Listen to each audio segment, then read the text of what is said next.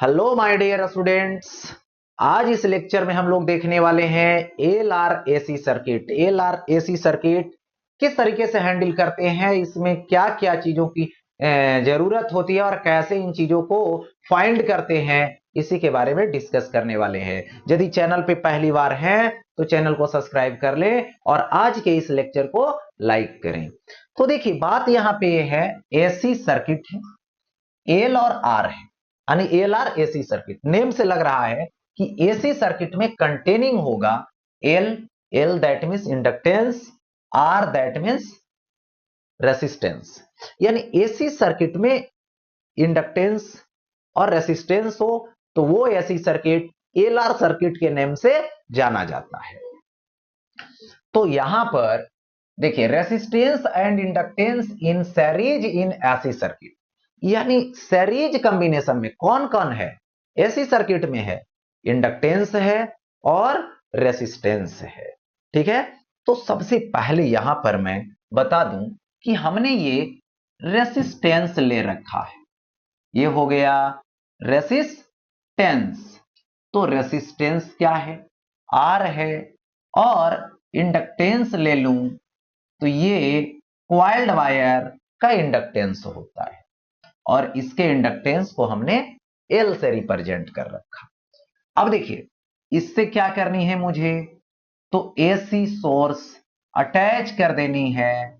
तो हमने AC source यहां पर अटैच कर दिया। एसी सोर्स की यहां पे वोल्टेज है E is equal to E naught sine omega t, यही तो है। अब देखिए, करंट इस डायरेक्शन में होगी हाफ टाइम के लिए, हाफ टाइम के लिए इस डायरेक्शन में, बट यहां पर सीरीज में है तो करंट तो इक्वल होगी आर से भी और एल से भी।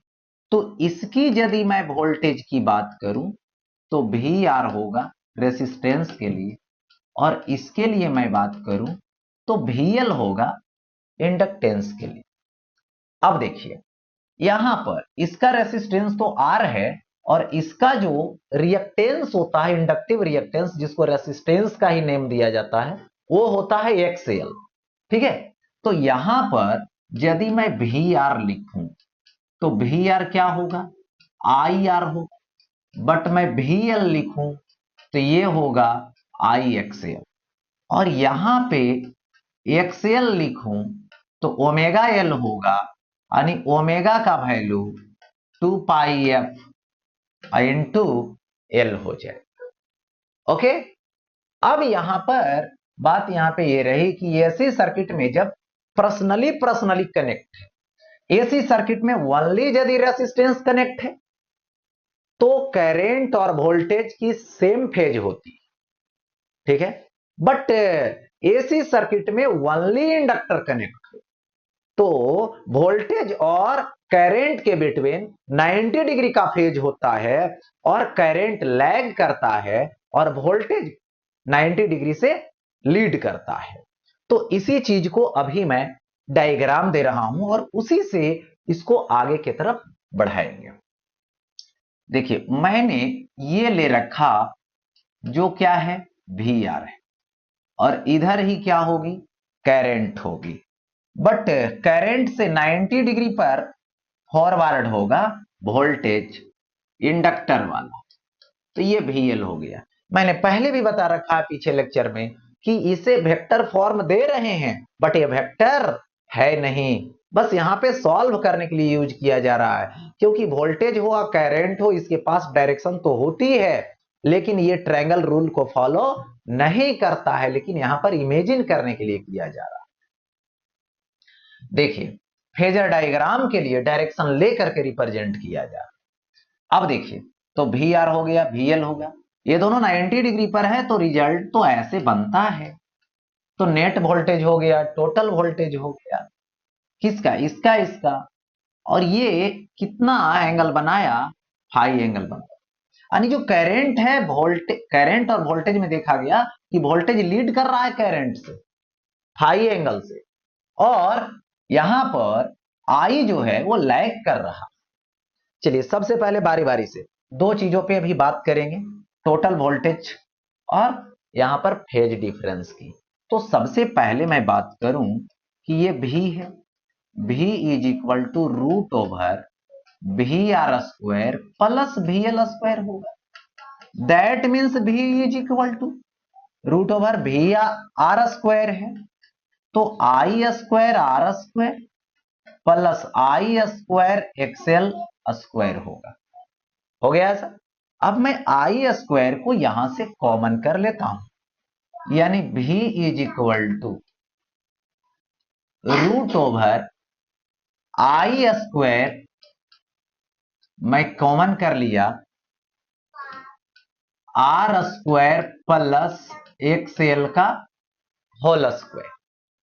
ठीक है, आई स्क्वायर बाहर होगी तो आई रूट से बाहर होगी, root over R square plus XL का स्क्वायर हो गया। आई डिवीजन में आ जाएगी, भी by I root over R square plus XL square. ठीक है, और ये एक्सएल तो मैंने बता रखा है कि इंडक्टिव रिएक्टेंस है। भी by I total voltage by total current, resistance होगा जिसको यहां पर इंपीडेंस बोला जाता है। जेड क्या है, तो इंपीडेंस है। जेड क्या है, इंपीडेंस है।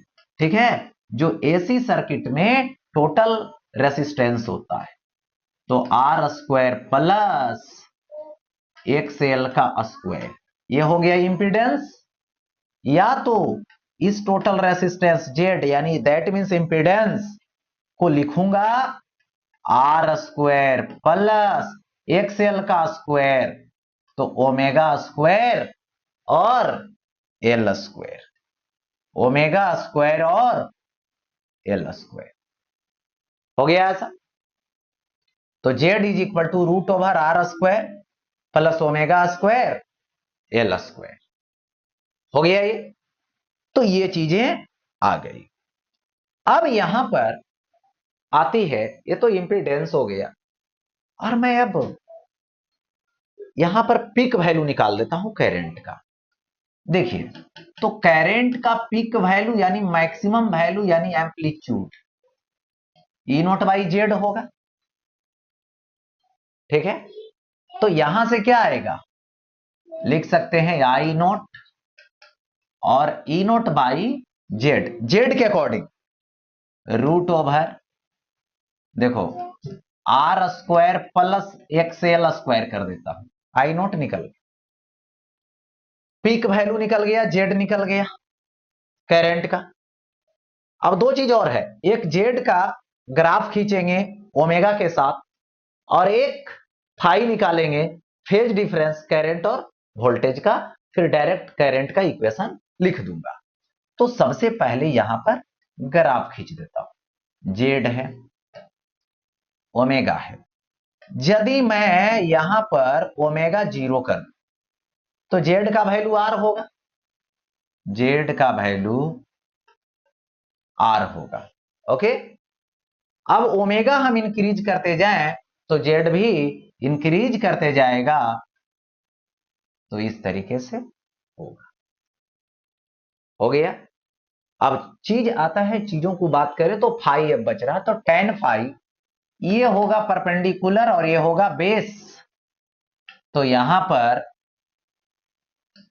टेन फाई ले लें, परपेंडिकुलर भी एल बाई बेस होगा क्या चीज, भी आर।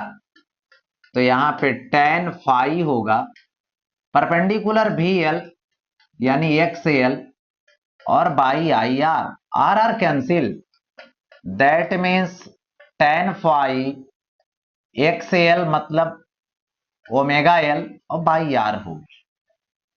ठीक है, so phi is equal to tan inverse omega L by R होगी। तो ये हमने फाई निकाल रखा है।